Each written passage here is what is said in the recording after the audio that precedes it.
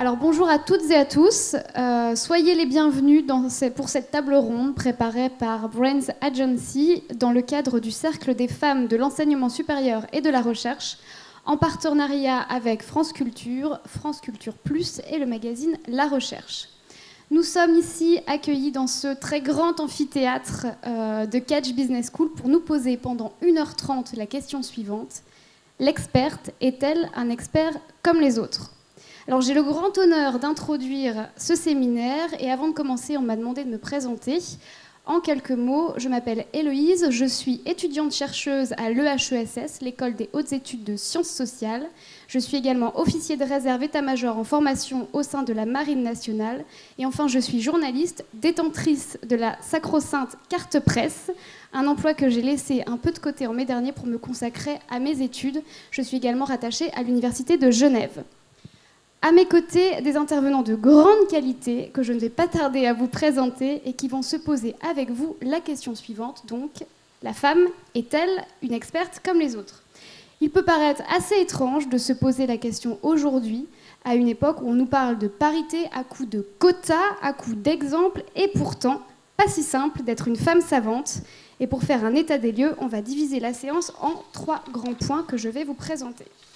Première partie, un sujet qui vous concernera toutes et tous dans les prochaines années. La femme en entreprise est-elle une experte comme les autres ? Deuxièmement, la femme comme figure publique dans les médias. On les voit sur les plateaux, arpentant les studios de Canal+, à TF1, en passant par France Télévisions.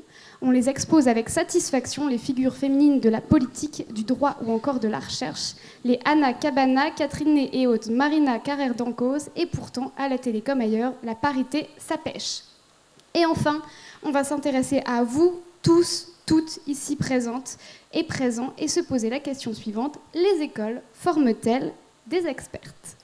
Vaste programme donc, entre chaque thème vous pourrez poser 1 ou 2 questions à nos invités. Il y aura également un temps d'échange à la fin de cette table ronde. Je vais donc maintenant vous présenter celles et ceux qui ont eu le courage de venir non pas débattre, mais faire un point sur la situation. Honneur aux dames avec Sylvie Brunet. Vous êtes professeur associé au sein de Catch Business School, diplômé d'Assas et l'IAE Bordeaux. Vous avez travaillé dans plusieurs sociétés dont J'aime Plus, le groupe Honnête ou encore Alixio et occupé différents postes de DRH.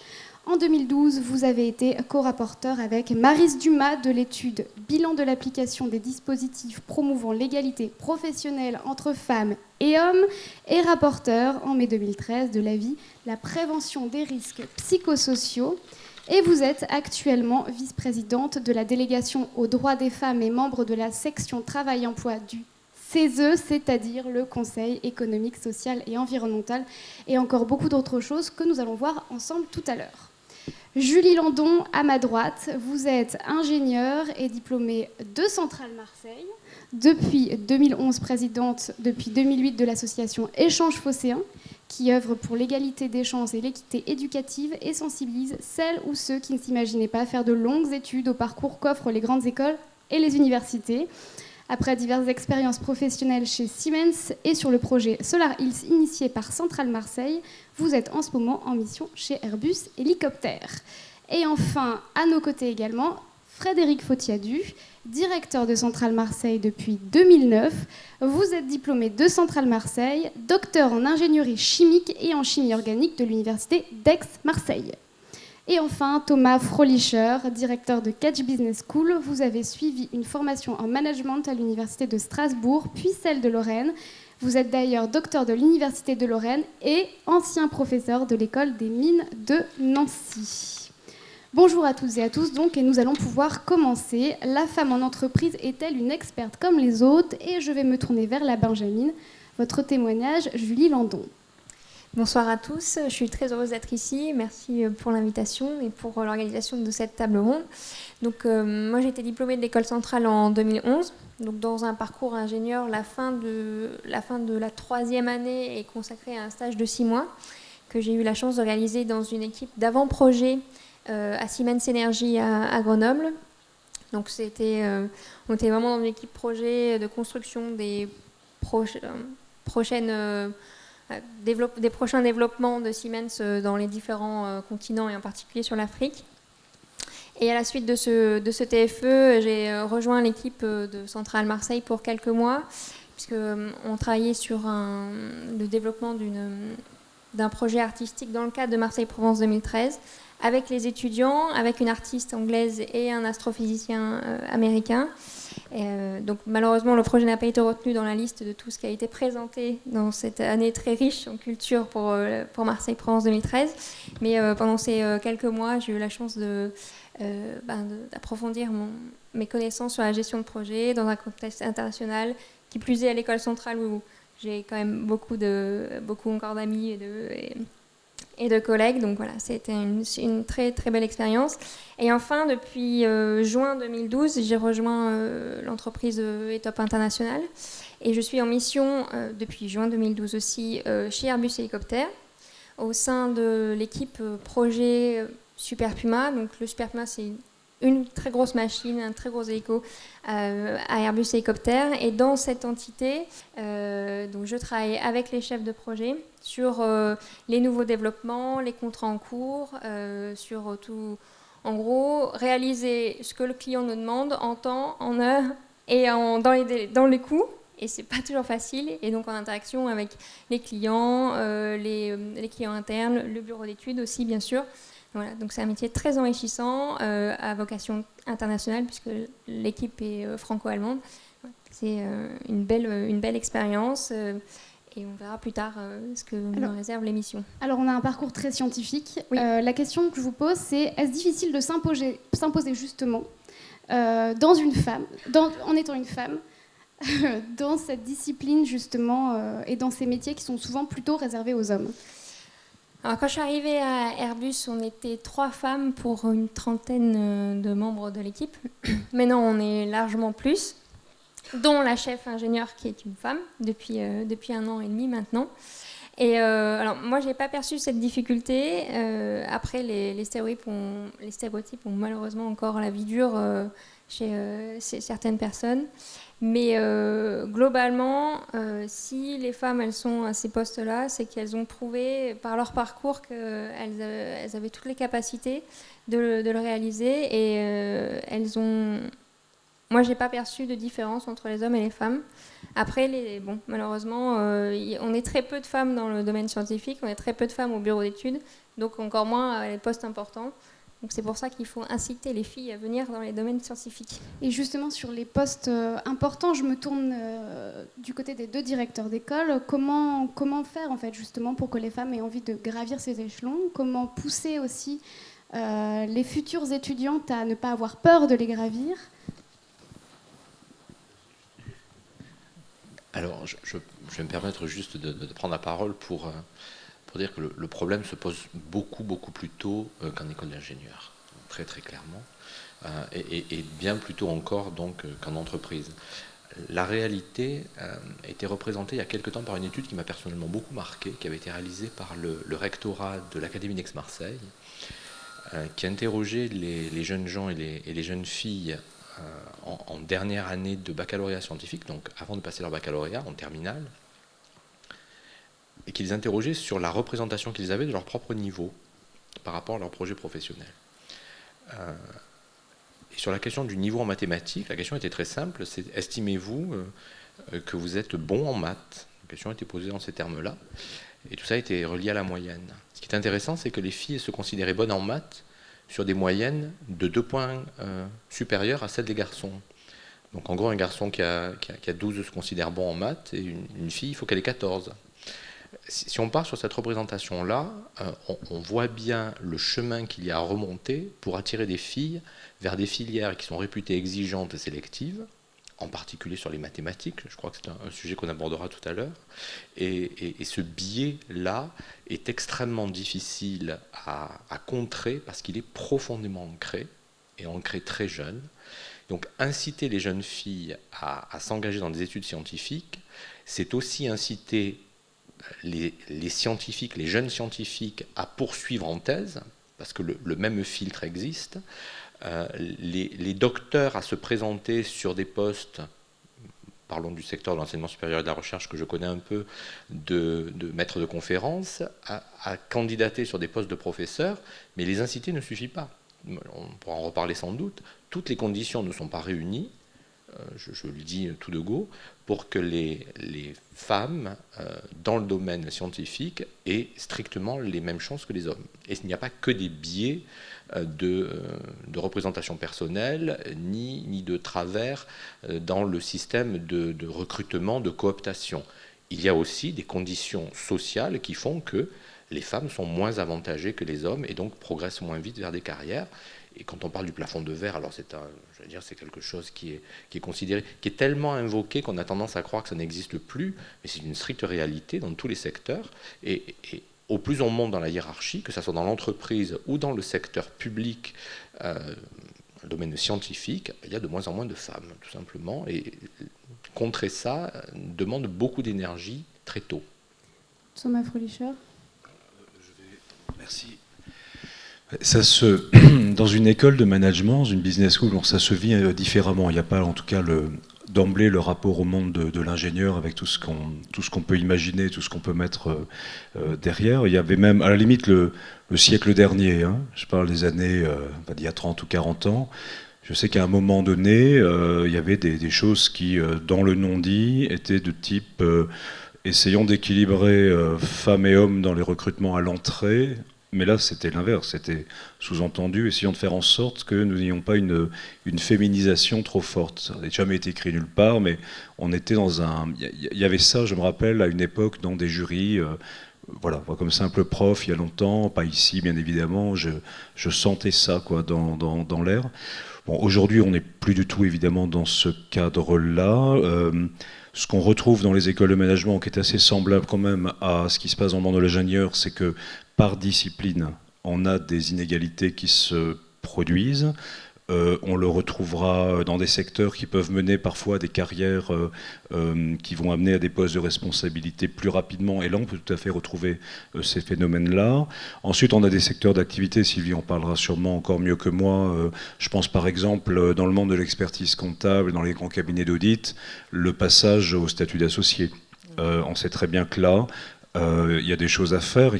Je sais qu'il y a un club qui avait été monté par Madame Chevremont à l'époque à PwC, qui était un club où les femmes essayaient de réfléchir pour savoir comment elles pouvaient être aussi représentées que les hommes dans le statut d'associé.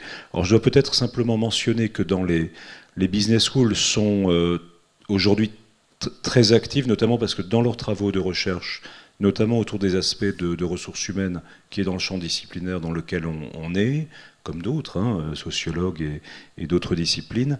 L'idée du genre s'est vraiment imposée comme un sujet à part entière. La conférence des grandes écoles à laquelle nous appartenons depuis 2010 mène une action très pointue dans le sujet. Il y a notamment ici des enseignements sur genre, pouvoir et leadership. On va revenir à l'enseignement, là on va rester dans le cadre de l'entreprise. Sylvie Brunet, je m'adresse à vous. En préparant cette table ronde, j'ai eu l'occasion de parler avec des jeunes femmes qui travaillent dans différentes entreprises et elles me disent qu'en entretien d'embauche, on leur pose souvent des questions sur leur vie privée. Est-ce que vous allez avoir des enfants? Est-ce que vous êtes mariés, etc. Alors on a l'impression que c'est en fait toujours aussi compliqué de gravir les échelons. Oui, c'est tout à fait ça.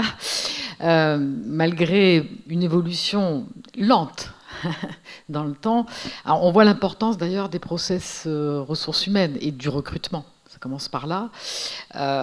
Mais c'est vrai qu'on continue à avoir ce type de questions et la femme porte, je dirais en elle, même dans son inconscient, toute une série d'autocensure et on le voit tout au long du parcours professionnel où elle ne va pas postuler pour un poste en promotion, elle se dit je vais peut-être pas être à la hauteur et ça c'est quelque chose qu'on entend très souvent et au moment du recrutement alors ça rejoint des chiffres tangibles qu'on voit puisque les dernières enquêtes de la conférence des grandes écoles sur les salaires d'embauche des filles qui sortent donc d'écoles de commerce, il y a quand même encore à l'embauche en moyenne 12% d'écart.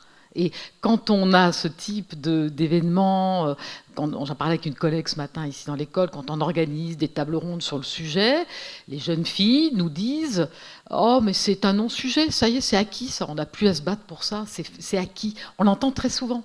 Alors, ça m'étonne toujours parce que bon, moi je suis d'une autre génération, évidemment. Bon, on a eu plus peut-être de combats, ça a été plus difficile. Et les jeunes générations ont l'impression que c'est bon. Or, quand on regarde les chiffres une fois de plus tangiblement, pourquoi? Bon, et comme vous le dites, alors déjà à l'embauche, il y a toute une série de questions. Voilà, une femme naturellement, on pense qu'elle va peut-être avoir des enfants et puis de l'absentéisme, et on continue à entendre ce genre de questions, même si on dit que c'est interdit et qu'il y a une pression pour ça. Ouais, je vais juste rebondir. En fait, quand on fait nos études d'ingénieur, en tout cas, moi j'ai fait les 3 ans à Centrale, à aucun moment, avec mes camarades masculins, j'ai senti de différence en fait. J'étais toujours en stricte égalité, on était dans le même projet, même cours. Et c'est après quand on passe le cap de l'entreprise où il y a le gap intergénérationnel aussi à passer. Et là, c'est là où on se rend compte que finalement, c'est pas aussi simple qu'on l'avait pensé. Et c'est une première claque qu'on prend dans les premiers mois en disant mais ça, j'ai bien vécu jusqu'à maintenant. Pourquoi je commence à mal le vivre maintenant? C'est juste parce que en entreprise, il y a plusieurs générations, donc des stéréotypes qui sont beaucoup plus ancrés, peut-être des évolutions un peu difficiles à mettre en place dans les entreprises. Voilà. Mais quand quand on est étudiant, vraiment on le ressent pas du tout. On n'a jamais senti cette différence.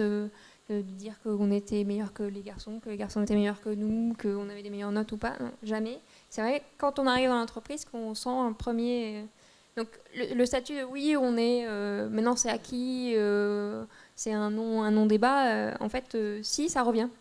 Ça revient et quand on est dans l'entreprise, on le voit plus. Et puis il y a le problème des salaires, il y a le problème de l'évolution. Thomas Fröhlicher, selon une étude publiée en 2015, les plus hauts postes en entreprise sont pris par des hommes. La raison, les règles de cooptation des dirigeants et leur mode de management très traditionnel qui vont freiner leurs consoeurs. Est-ce que c'est vrai ? C'est vrai. Enfin, aujourd'hui, si on fait une photographie, c'est vrai. Dans les conseils d'administration, ça vaut dans le monde d'ailleurs des entreprises privées comme des entreprises publiques, comme des universités, comme des grandes écoles. Quand on arrive à dépasser un tiers, je pense, on est déjà relativement content d'avoir su faire une évolution comme ça. C'est tout sauf simple à gérer, enfin on en reparlera sûrement, bon, pas dans un schéma réglementaire qui est très simple de ce point de vue-là, mais c'est quelque chose qui est tout à fait réel, et ce que vous disiez à l'instant, je pense que c'est très très vrai, et c'est important qu'on amène là de manière très très volontaire un enseignement pour dire justement cette différence, et que ce soit tout à fait clair avant que nos étudiants soient diplômés. J'aimerais peut-être juste ajouter un domaine où c'est extrêmement important aussi, c'est dans l'entrepreneuriat, dans le repreneuriat notamment. J'ai vu des travaux très intéressants sur une forme de discrimination dans des dynasties familiales où la repreneuse n'était pas forcément attendue autant que le repreneur au sein de même famille. Il y a vraiment partout dans tous les secteurs des choses qui sont derrière, des ressorts à changer, à transformer. Je voudrais commenter avec une anecdote sur un autre monde qui est le monde de l'art, de la musique, puisqu'au Conseil économique, social et environnemental, j'ai une collègue qui est chef d'orchestre, Claire Gibault, et elle nous racontait que longtemps, dans les jurys de recrutement des solistes, on était visible, donc les femmes, comme par hasard, étaient quasiment jamais recrutées. Et après, ils ont pris la décision de faire le recrutement caché derrière un paravent, et ça fait monter le nombre de femmes qui sont rentrées dans les orchestres solistes. Donc voilà, je prends cette anecdote parce que ça prouve bien que dans tous les univers, on a évidemment ce souci. Je vais profiter pour rebondir, si vous me le permettez, sur le sujet, en ramenant sur l'enseignement supérieur et le monde de la recherche. On considère certainement à tort que les milieux les plus éduqués sont exempts de ces biais de représentation et finalement de ces préventions contre la promotion des femmes à des postes extrêmement élevés.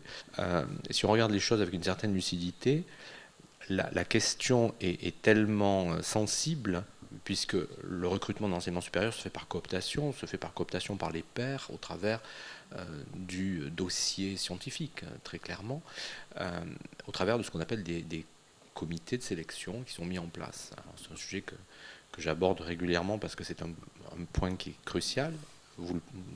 vous en parliez dans le monde de la musique et des chefs d'orchestre, l'obligation de parité, et de parité toute relative, je vais y revenir, sur les comités de sélection de recrutement dans l'enseignement supérieur, cette obligation date de moins de 2 ans.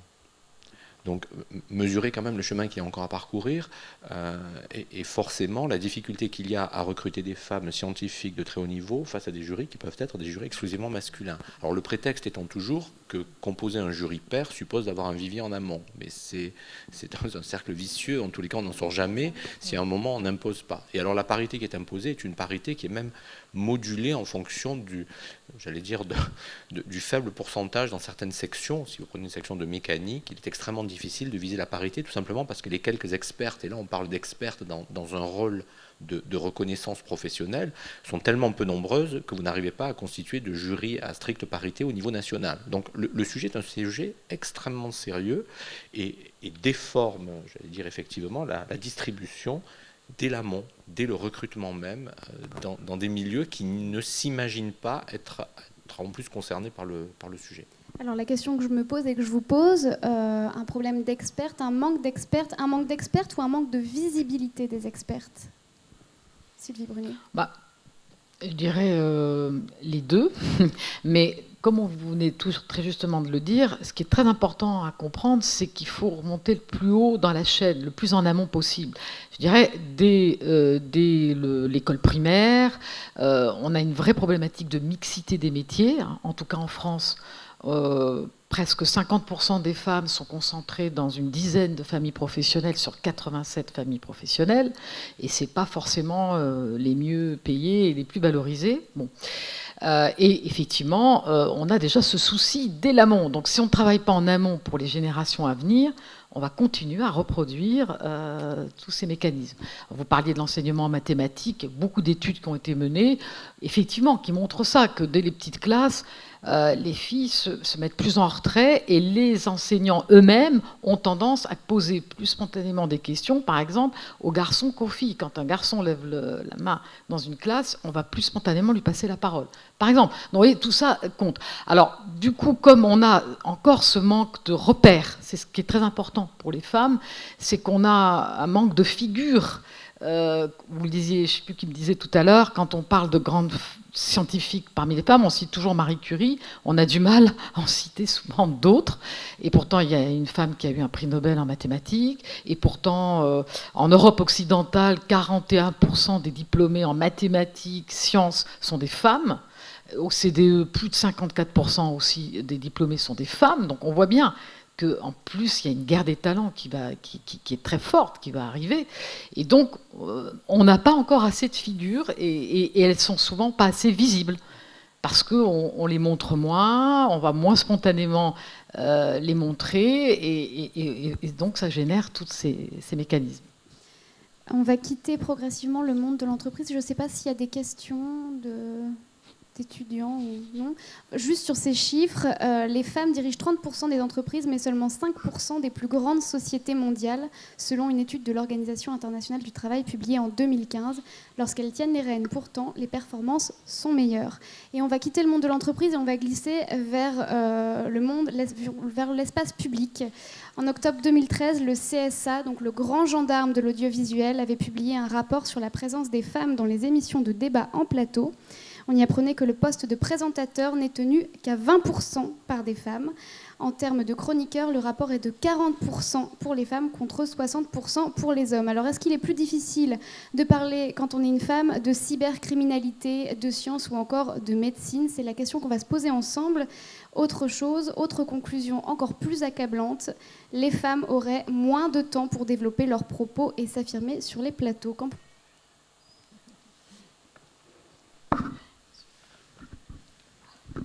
Voilà, vous m'apprenez des choses d'abord pour commencer. Enfin, je conteste pas du tout les chiffres que vous donnez, mais c'est vrai que là, je suis plus surpris. Et j'ai moins cette perception-là. Maintenant, c'est probablement vrai. Cela dit, et c'est peut-être quelque chose qu'on pourra évoquer encore, on est quand même dans un monde qui se transforme. Vous parliez tout à l'heure en conclusion de la première partie du débat des grandes entreprises, mais en réalité le monde de demain, il se construira sur des entreprises qui seront grandes aussi, mais complètement différentes de celles d'aujourd'hui. Et ce sera donc une opportunité de voir d'autres générations arriver. Et c'est peut-être un peu la même chose, parce qu'au fond, dans le monde des médias et de la manière aujourd'hui nouvelle de donner d'expertise, pensons aux réseaux sociaux, pensons à la manière dont nos enfants aujourd'hui vont prendre cette expertise, les choses ne se passent pas du tout de la même manière. Donc moi j'ai l'impression que ça a été vrai, mais que finalement tous ces plateaux de télévision, ça n'a plus tout à fait le même impact, et que dans le monde où on va, peut-être que la parole sera prise différemment, et que ça sera une opportunité pour que l'expertise soit aussi rendue, entre guillemets, par des femmes. Alors, c'est les chiffres du CSA. Le CSA a d'ailleurs décidé d'imposer. Ouais, voilà, d'imposer aux télévisions un quota de femmes. L'émission C'est dans l'air, par exemple, avait été sévèrement amendée et a fait des changements. Alors justement, est-ce que comme pour le CSA, on va devoir arriver à amender tous les espaces publics pour mettre les femmes à l'honneur ? C'est une question ouverte. Alors, c'est une question qui est éminemment polémique. La question des quotas en France, je ne suis pas un expert du domaine, mais on le connaît. Je l'ai évoqué au travers finalement des quotas imposés sur les processus de recrutement de sélection. Moi, j'ai une position qui est absolument pas doctrinaire et totalement pragmatique sur le sujet. Le constat est fait que si on n'impose pas des quotas, ça n'évolue pas spontanément. Donc, ou on continue de faire la même chose, en espérant que ça bouge un jour, et là, on touche du doigt aussi les subtiles différences culturelles entre les pays, parce que les chiffres que vous donniez tout à l'heure sont passionnants, les chiffres de l'OCDE. Ils sont d'autant plus passionnants quand on les met en regard des disparités entre les pays de l'OCDE. Et la France est une très très mauvaise élève. Très très mauvaise élève. Les chiffres du CSA, alors je ne prétends pas connaître du tout les chiffres dans d'autres pays, mais enfin, force est de constater que la plupart des émissions d'information sur les chaînes américaines sont présentées par des binômes. Donc la parité était au moins respectée dans la présentation. Alors, je ne sais pas si elle l'est dans les temps de parole, ça a probablement été mesuré, mais moi il me semble qu'il faut des actions, il faut un volontarisme politique, parce que les systèmes n'évoluent pas spontanément. Alors je vais donner quelque chose qui m'a personnellement beaucoup choqué, qui n'est pas dans le registre, qui est dans le registre de la sphère politique. Les dernières élections départementales, où la parité était imposée, ont quand même abouti à, alors je ne sais plus, c'est 10% de femmes qui président des conseils départementaux, alors que la parité était assurée dans les listes. Donc le plafond de verre ou le filtre opère de façon extrêmement puissante, et il faudra du temps. Moi je pense que le facteur, je partage totalement ce que disait Thomas sur l'évolution de la société. Aujourd'hui, tout est tellement chamboulé et les valeurs les repères sont tellement remis en cause qu'on peut espérer. Moi, je trouve que c'est un très grand facteur d'espoir. Nos filtres culturels et nos représentations sont mis à mal, et pour beaucoup de choses, même si c'est très déstabilisant, je pense qu'il y a effectivement de grandes opportunités de transformation de la société. Le seul fait que nous puissions accéder de plus en plus à des médias en ligne qui sont beaucoup moins stéréotypés, parce que ces médias ont souvent un effet d'émergence naturelle, d'émergence spontanée, et on ne passe pas par le filtre, je vais le dire, c'est très caricatural, mais de la nomination par un comité directorial d'une chaîne de télévision composée à 95% d'hommes. Donc effectivement, je partage cet espoir-là, que les évolutions vont remettre en cause. Pour ce qui est du domaine de la régulation, je crains malheureusement que le volontarisme et quelques quotas soient absolument incontournables si on souhaite faire évoluer les choses un peu plus vite. Sylvie Brunet. Ah oui, je vous rejoins, c'est un débat continuel, parce que c'est vrai qu'en tant que femme, c'est assez difficile à vivre, qu'il faille toujours imposer des quotas pour arriver à un moment donné, je dirais, à vraiment émerger. Mais malheureusement, je suis obligée aussi de faire le constat que s'il n'y a pas un volontarisme des politiques, notamment publiques, dans tous les secteurs. Pour l'anecdote aussi, il y a 3 ans, j'ai participé avec la NDRH à un séminaire de sensibilisation de tous les ministres du gouvernement Ayrault, à la demande du président de la République, avec le cabinet de Najat Vallaud-Belkacem. Donc on a eu tous les ministres, qui sont un petit séminaire d'1 heure quand même, ils ont tous participé, et dont la ministre, moi j'ai vu Aurélie Filippetti à l'époque, et donc effectivement, quand tous les ministères, quels qu'ils soient, quel que soit le secteur, de l'enseignement supérieur en passant par la culture, ont fait les mêmes constats. C'est-à-dire que s'ils n'ont pas à un moment donné une politique volontariste sur les nominations, et on le voit en ce moment sur les nominations, chaque fois qu'on peut, on essaye de nommer des femmes, eh bien effectivement, plus on monte dans la hiérarchie, au départ, on a le même nombre de femmes et d'hommes sur les catégories A, hein, dans la fonction publique, par exemple, dans la fonction publique, et puis au bout de quelques années, c'est terrible. Il y a des écarts de salaire de 20%, y compris dans la fonction publique, alors qu'on pourrait penser que tout le monde est au même niveau. Et donc, on est dans une société d'image. Donc, il faut qu'il y ait des exemples. Il faut que ça devienne naturel. Parce qu'on va pas raisonner en se disant, tiens, c'est une femme qui parle. Mais on va juste voir sa compétence, qui va être dans les médias, ou culturelle, ou scientifique. Et puis, on va juste voir ça. Quand on voit Angela Merkel, voilà, dans tous les sommets, c'est naturel. On ne se dit pas, tiens, c'est une femme, voilà, elle dirige l'Allemagne. Voilà, c'est naturel. Donc, et il y en a peu. Quand on regarde les photos des G20, G8, G10, il n'y a même pas beaucoup de femmes. Et en même temps, Angela Merkel avait dit avoir gommé certains signes de féminité. Michel Alliot-Marie, que j'ai eu la chance de pouvoir rencontrer, avait dit le même genre de choses. Le costume est surtout pas trop ressemblé à une femme. Alors c'est ça le secret de la réussite, on se transforme en homme. Qu'en pensent les hommes? Je ne suis pas du tout un expert de la sphère politique, donc ce que je dirais sera peut-être stupide. Non, je crois qu'effectivement, on le voit plutôt dans le monde des grandes entreprises. Je vais me référer à ce que vous disiez. Force est de constater que les conseils d'administration, et enfin pour ce qui est public, sont extrêmement peu féminisés. Et alors, ça rejoint la question sur les experts et les expertes. Il y a certainement un déficit d'expertes mobilisés.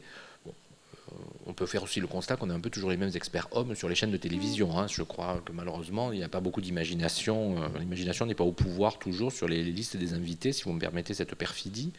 Mais c'est aussi vrai probablement des femmes. Alors, savoir si elles ont besoin, pour être crédibles, de jouer finalement et de détourner les codes ou de s'en emparer. Enfin, souvenons-nous que Michel Alliot-Marie, dont vous parlez, était ministre de la Défense. Quand même, c'était la première femme ministre de la Défense.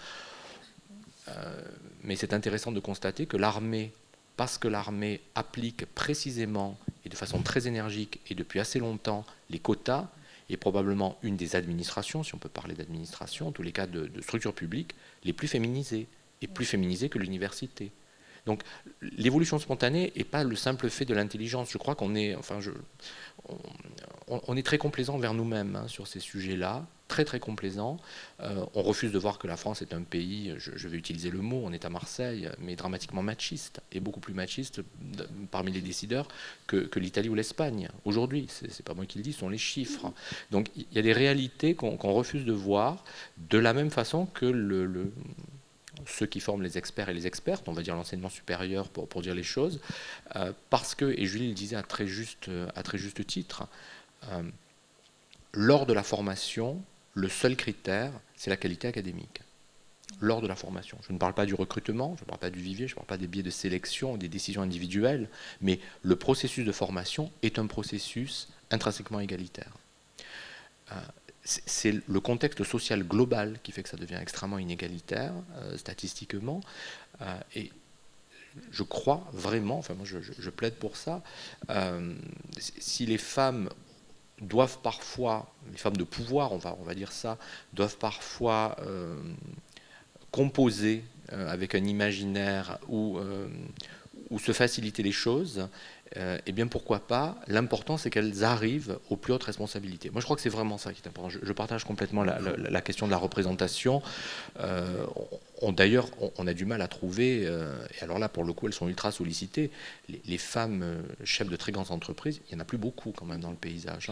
Et aujourd'hui en France, sur le 440, alors je n'ai pas le chiffre, je ne suis pas allé le chercher, mais je pense que c'est... Il y en a une. Voilà.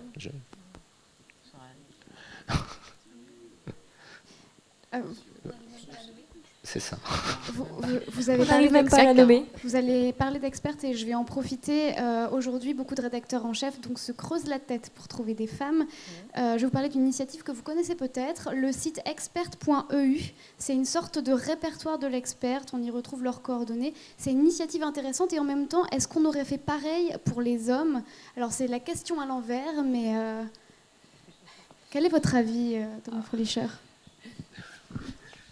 Non, mais excusez-moi, je fais juste un tout petit retour en arrière pour dire que on parlait d'opportunités à travers les réseaux sociaux, nouveaux médias, nouveaux usages. Il y a quand même un driver, moi, qui me paraît vraiment intéressant, c'est l'internationalisation et on y est fortement soumis. Si la France s'ouvrait beaucoup plus à ça, on serait en permanence dans une forme de comparaison. Et quand vous êtes avec des collègues, notamment d'Europe du Nord, et que vous n'êtes, enfin, je veux dire que vous vous retrouvez avec vos chiffres français qu'on a déjà évoqués, vous êtes franchement mal à l'aise. Quoi. Je veux dire, ça fait partie des... Hein, ça, là, il n'y a pas besoin d'imposer, mais voilà, il y a une prime quand même à se comporter de manière intelligente. Donc sur ce que vous dites, bah, écoutez, franchement, c'est... Bon, d'abord, c'est une excellente... Encore une fois, c'est une excellente idée. Tout ce qui ressort en plus d'une construction européenne, ça rejoint le point que je viens de donner là. Ça oblige à regarder les choses de manière extrêmement lucide et à pas se raconter d'histoire. Est-ce que votre question c'est quoi? Est-ce qu'on aurait besoin, est-ce qu'on aurait eu l'idée de construire ça pour les hommes? Bah, écoutez, moi je veux quand même qu'on revienne juste un instant sur le mot expert, quoi, parce qu'il y a, dans votre titre, vous parlez de l'expertise au féminin. On parle évidemment des femmes, on est là pour ça. Il faudrait se poser la question de ce que c'est qu'un expert. Et là encore, j'espère qu'on pourra peut-être y revenir. Ce qu'on appelle l'expertise qui est attendue aujourd'hui dans nos organisations, dans nos entreprises, dans la sphère publique, dans le monde de la musique, fondamentalement est différente.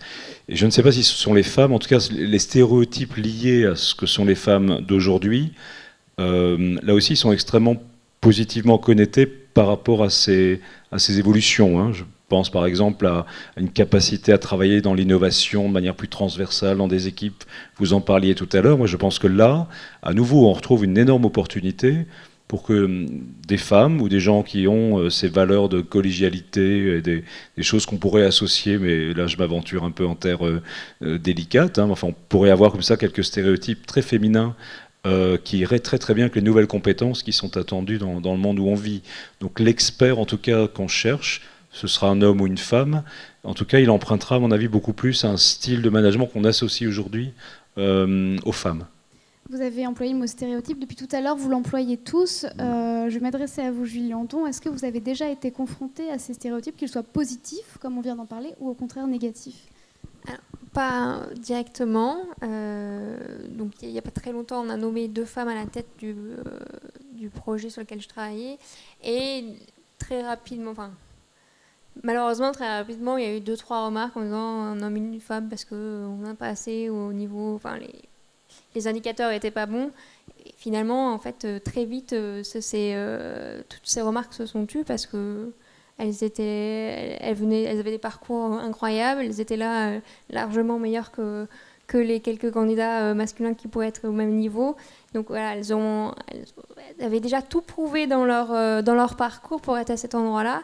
C'est juste que c'est pas encore évident de se dire que les femmes doivent occuper des postes à haute responsabilité. Mais dans ce qu'on appelle le middle management, on trouve très souvent de femmes. Mais c'est vrai que le passage entre le management intermédiaire et le top management est toujours très difficile pour les femmes parce qu'il leur manque des 2-3 conseils qui sont plus facilement donnés aux hommes que donnés aux femmes. Mais globalement, moi, j'ai jamais été confrontée aux stéréotypes. Et plus il y aura de femmes qui seront managers et dans le top management, moins il y aura ces stéréotypes. Moi, j'en suis persuadée. Juste un mot pour dire que les stéréotypes, ça peut nous aider aussi en l'occurrence, parce que ce sont des constructions sociales qui évoluent. Donc si le stéréotype lié justement à une femme aujourd'hui, c'est de dire que, elle est plus capable qu'un homme de travailler en équipe et plutôt que de s'imposer par l'aspect très hiérarchique des choses, elle va construire un sentiment d'appartenance. On est en stéréotype, mais là il peut aider. Peut-être que l'idée d'être moins expert, complètement auto-centré sur un petit segment comme ça de connaissances, mais une expertise beaucoup plus large, beaucoup plus ouverte, plus transversale devient important. Peut-être que ça peut être associé, encore une fois, à une certaine forme de féminisation de ces équipes. Et puis, je pense à une dernière chose. Excusez-moi on est en stéréotype, donc j'y reste 2 secondes encore. Moi, j'associe... c'est le cas de mon épouse d'ailleurs, les femmes à des personnes qui savent penser mais aussi être extrêmement pragmatiques dans la mise en action.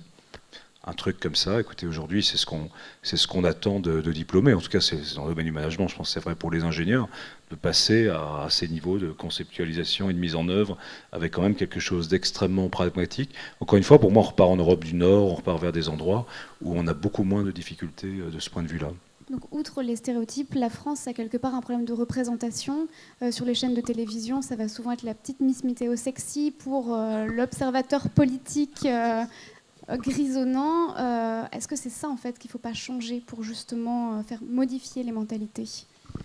Alors, moi, d'abord, on parle d'expertise. Il faut quand même savoir que, déjà, dans l'entreprise, l'expertise, c'est déjà moins valorisé que certaines autres fonctions. Je le dis au passage, parce que j'ai été DRH dans des entreprises de vraiment très technologiques, à l'époque comme J'aime Plus, où on recrutait énormément, et on avait une grande difficulté à valoriser mieux ces fonctions déjà de chercheurs, au passage. Alors on a quand même ce sujet, parce que donc expert, chercheur, c'est une chose, management, pouvoir, c'est autre chose. Déjà, il faut bien dissocier ça quand même, parce qu'on parle des scientifiques. Effectivement, il y a un barrage, ça c'est vrai, je vous rejoins, et des stéréotypes pour l'accès à des fonctions de pouvoir ou de direction. Et puis, il y a un autre barrage sur des fonctions d'expertise parce qu'on n'a pas assez de viviers, vous le disiez très justement, déjà à la sortie, puisque dès l'orientation, assez naturellement, les filles vont moins aller vers des fonctions de type expertise. C'est vrai que moi, en R&D, dans ces secteurs-là, j'avais très peu de femmes. Mais il y en avait une qui avait fait un très beau parcours, cela dit. Bon. Donc ça, c'est une chose. Après, sur cette histoire de stéréotypes, enfin, moi, c'est mon vécu. Oui, bien sûr, j'y ai été confrontée, y compris dans le domaine, d'ailleurs, des ressources humaines, où c'est effectivement féminisé. Mais quand il s'agit de parler de dialogue social ou de négociation, et ça a été relevé dans le rapport auquel j'ai participé, le rapport Combrexel, la terminologie a un dialogue social en France très sexiste et voire viril. Enfin, voilà, on est dans ces termes-là quand même. Bon, et je l'ai vécu. Y compris lorsque j'ai fait du conseil chez Alixio, on avait une mission sur un accompagnement d'un plan social qui était assez difficile. Et donc, mon patron m'avait envoyé, et les syndicats. Donc, c'est pas. On dit, ah ben non, on veut pas une femme parce que ça va cartonner, ça va être dur, donc ne nous envoyez pas une femme. Et il s'est interposé, d'où l'importance de ceux qui dirigent une structure, quelle qu'elle soit, et le rôle majeur qu'ils vont avoir, à dire non, mais moi, il n'en est pas question. C'est elle ou personne. Voilà. Et donc, ça s'est passé comme ça, et ça s'est heureusement très bien passé derrière. On en a même ri. Mais si on ne l'impose pas à un moment donné, on retrouve ça tout au long de nos parcours, y compris avec un certain âge, avec une certaine expertise. Donc, vous voyez, cet aspect quand même volontariste et de l'exemplarité est important. Et c'est dans des petites choses, souvent au quotidien, on s'en rend même plus compte, parce que on véhicule tous ce type de stéréotypes qui, au passage, quand on lit les travaux de Françoise Héritier, datent de millénaires. Donc c'est pas quand même quelque chose qui s'est construit hier. Donc à l'évidence, on ne peut pas non plus le déconstruire aussi facilement. Mais la question des stéréotypes, juste par rapport à ce que l'on disait, avec le regard qui est le mien en tout cas, en responsabilité dans une structure de formation, notre échec, finalement, c'est aussi ce que vous évoquiez tout à l'heure, c'est le fait que nous avons peut-être tardivement pris conscience de la nécessité d'enseigner ces stéréotypes, c'est-à-dire d'y sensibiliser. On peut affronter les choses quand on y est préparé. Et de fait, l'expérience de la formation dans nos écoles n'y prépare pas, parce que, comme le rappelait Julie, ça ne joue pas ça ne joue pas dans la formation en tant que telle. D'ailleurs, j'aurais tendance à dire, et ça c'est une observation, je n'en tire aucune conclusion ni généralisation, mais les filles se comportent généralement mieux sur le plan académique que les garçons. Elles sont plus appliquées, plus sérieuses, plus impliquées dans leur cursus, dans leurs études. Donc ce n'est pas une question de résultats. Elles ont les résultats qu'elles ont mérités. Et chacun a les résultats qu'il a mérités. Quel que soit quelle que soit la personne, quelle que soit son expérience. Donc, puisqu'elles ne sont pas préparées par la formation que nous dispensons, nous devons les armer, garçons et filles, à être extrêmement vigilants sur ces questions-là et à savoir justement contourner, détourner ces stéréotypes, prendre conscience qu'ils existent, prendre conscience qu'ils sont à l'œuvre, quand bien même on ne le voit pas. Parce qu'il y a beaucoup de choses qu'on ne voit pas, et en particulier quand on débute sa carrière, comme le phénomène, c'est un phénomène un peu de distillation, si vous me passez l'expression, vous avez rappelé que je suis ingénieur chimiste, donc on distille tout ça, effectivement, lorsqu'on arrive en tête de colonne, on a de moins en moins de femmes. Donc l'expérience, on le découvre, en fait, on se cogne au plafond de verre au fur et à mesure qu'on monte.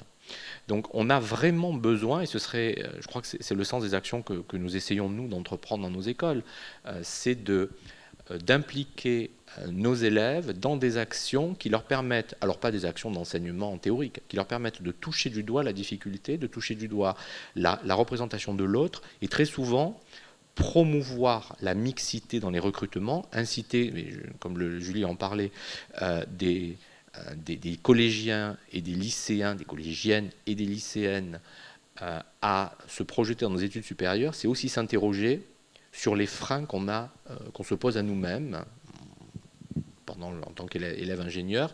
Et donc, c'est quand même les confronter à quelque chose qui les prépare à agir pour la suite. Et c'est vrai que, vous l'indiquiez, il y a quand même un cruel manque de modèles sur ces sujets. Bon, c'est l'anecdote, je crois que les numéros d'été de Charlie Hebdo, que j'ai aussi la faiblesse de lire, mettaient en exergue dans une petite colonne les déboires des femmes de science au travers de l'histoire. C'est quand même assez passionnant de voir qu'on a eu des femmes de science totalement ignorées par l'histoire des sciences. Enfin, je crois quand même pouvoir dire que il n'y a pas un théorème à ma connaissance, mais mes connaissances de mathématiques sont un peu vieilles maintenant, qui porte le nom d'une femme célèbre. Et je crois qu'on peut vraiment décliner ça, alors qu'il y a eu des femmes mathématiciennes, astronomes, chimistes, y compris au XVIIIe siècle, aux prémices. Donc il y a quand même aussi une ignorance cultivée et pas de rattrapage qui fait qu'on a peu de figures d'identification, on a insuffisamment de figures d'identification. Donc il faut agir sur ces figures d'identification pour corriger les stéréotypes et surtout prendre conscience que ces stéréotypes existent et se préparer à les contourner. Alors vous me permettez d'aller sur le troisième thème de notre débat qui vous concerne en particulier tous les deux, puisqu'on va parler de la formation des futurs experts, chefs d'entreprise. Je vais vous donner la parole, mais avant ça, j'aimerais qu'on écoute Julie. Comme je l'ai précisé au début, vous travaillez pour une association. On a l'impression en vous écoutant qu'en fait, arriver en école supérieure et d'enseigner aux gens la parité, c'est déjà presque un peu trop tard. C'est peut-être là où vous intervenez un petit peu en amont. Alors, il s'agit de l'association Échange Phocéen, que vous avez nommée tout à l'heure. Donc, elle existe depuis 10 ans maintenant. On a fêté les 10 ans il y a quelques mois. Donc, elle est cordée de la réussite, comme peuvent l'être les dispositifs du même ordre ici à Catch Business School. Donc, il s'agit d'un tutorat qui accompagne des élèves de 4e jusqu'à la terminale. Donc, en plus, dans les effectifs, on a fait quelques recherches. Il y a 60% de filles qui sont recrutées sur ce tutorat.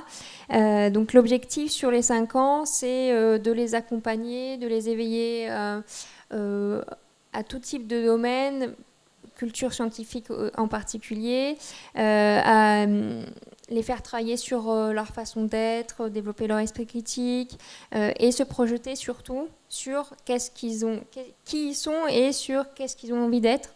Quel type d'orientation ils ont envie et quel type d'études supérieures ils ont envie d'entreprendre. Donc ça fait 10 ans qu'on travaille avec les étudiants. J'ai plus d'une centaine d'étudiants qui sont investis chaque semaine entre 2 et 4 heures de leur temps bénévole sur ces actions-là. Et ensuite, on a aussi développé du parrainage de classes préparatoires pour accompagner les jeunes qui sont dans une classe passerelle entre le bac et la première étude d'année, le bac plus 1 d'année supérieure. Et parce que quand nous, on rentre à l'école centrale, on a 20 ans et on vient de passer pour la majeure partie 2 ans en classe prépa, ou voire 3. Et donc, en gros, on transmet en tant que grand frère ce qu'on a vécu et quel accompagnement, comment on peut se comporter dans cette classe prépa. Et dernièrement, on a lancé aussi du tutorat auprès des élèves en situation de handicap qui sont scolarisés en milieu ordinaire, pour aussi les inciter à dépasser leur handicap, à s'inventer aussi des parcours et à s'imaginer un avenir d'études supérieures. Et cette année, aussi avec l'école centrale, bien sûr, parce que toutes ces actions sont menées en très fort partenariat avec l'école centrale, on a développé un projet qui s'appelle les genres de sciences, où on est intervenu avec des étudiantes et des professionnels dans les classes prépa, dans les classes scientifiques de première S et de terminale S, pour justement inciter les filles qui sont déjà dans les filières scientifiques à poursuivre dans les filières scientifiques et de ne pas s'arrêter au bac S et à se rediriger vers des études littéraires ou économiques et sociales, ou même médecine qui engrange beaucoup de filles à la sortie du bac S. Juste pour l'anecdote, dans ma classe en bac S SVT, on était 30 filles pour 3 garçons. C'est la première fois que ça arrivait. Et sur les 30 filles, on est 3 à avoir fait des études d'ingénieur. Ça vous fait réagir ici? Oui, c'est très important ce que vous venez de dire. Il faut intervenir effectivement dans les terminales. Moi, je suis un peu marraine de cœur d'une jeune fille qui est au lycée Saint-Charles, qui est très très brillante. Alors, elle est dans un milieu défavorisé, donc il faut vraiment la soutenir. Et elle ne va pas naturellement vers ce type de formation. Et bon, on se mettra en contact parce que c'est très important de leur expliquer. Je vais l'amener au lycée Thiers, voir ce que c'est qu'une classe prépa, parce qu'instinctivement, elle ne va pas du tout aller vers ce genre de filière, alors qu'elle a absolument le profil. Et elle a vraiment envie d'entendre ce genre de discours. D'abord, il y a une méconnaissance des métiers aussi derrière. Des métiers enrichissants, qui permettent de voyager, une mobilité. Enfin, il y a des métiers passionnants dans toutes ces filières. Et il y a une méconnaissance. Donc, avant de former, il faut sensibiliser, éduquer et parfois aller contre les barrières sociales et culturelles. Est-ce que c'est quelque chose que vous essayez de faire, même s'il est peut-être parfois déjà un peu trop tard? Mais non, mais on rejoint tout à fait ce dispositif. On s'y retrouve d'ailleurs, on était récemment à l'académie pour faire un peu le point là, annuel, et on se rend bien compte que depuis maintenant des années, ça fait 10 ans pratiquement, voire plus, qu'on a pris conscience qu'il fallait aller parler à des gens plus jeunes, s'engager lorsqu'on est dans l'école en tant que professeur, en tant qu'entrepreneur, aller parler justement à des jeunes pour qu'ils comprennent qu'ils ont toutes leurs chances et qu'ils peuvent très bien faire ça à condition que leur milieu ne les bousille pas par rapport à leur propre confiance en eux, et puis parler avec les parents. Enfin, il y a tout un boulot qui se fait. À mon avis, 16-17 ans, c'est déjà bien tard. Il y a d'autres seuils. Je pense qu'il y a des seuils qui peuvent être déjà là, autour de 8-12 ans. Enfin, donc, il faut qu'on soit proactif. Après, moi, si vous voulez, je rentre de 6 années dans un autre pays, en l'occurrence ici, la Belgique. Il y a quand même quelque chose. Alors, je ne sais pas si ça rentre complètement dans le débat, mais j'ai le sentiment, en discutant, que c'est le cas. On est dans un pays qui fragmente constamment et qui coupe constamment les gens et les oblige à faire des choix, des moments où il ne faut pas faire de choix de ce type-là. Je pense par exemple à l'impossibilité que vous allez avoir en France de finir vos études en associant l'aspect littéraire et l'aspect mathématique. Pourquoi ? Enfin, voilà, en Belgique, on fait du latin, des maths, des langues étrangères, et tout ça se combine extrêmement bien, se forme un socle d'humanité, une intelligence scientifique, et ça fait des esprits bien faits. Et cet esprit-là, il n'est ni masculin ni féminin, donc à mon avis, avec lui, il porte aussi le germe d'une vraie égalité, quoi. Et on laisse les gens, en Angleterre, quand on a fait une business school ou une école d'ingénieur, ou une école de journalisme, on est encore capable, avec son diplôme, de faire complètement autre chose. Donc on est quand même dans un pays, comme peu de pays à travers le monde, qui détermine les gens, parfois même avant leur naissance, quoi. J'associerais le Japon, moi, dans ce genre de pays, quoi.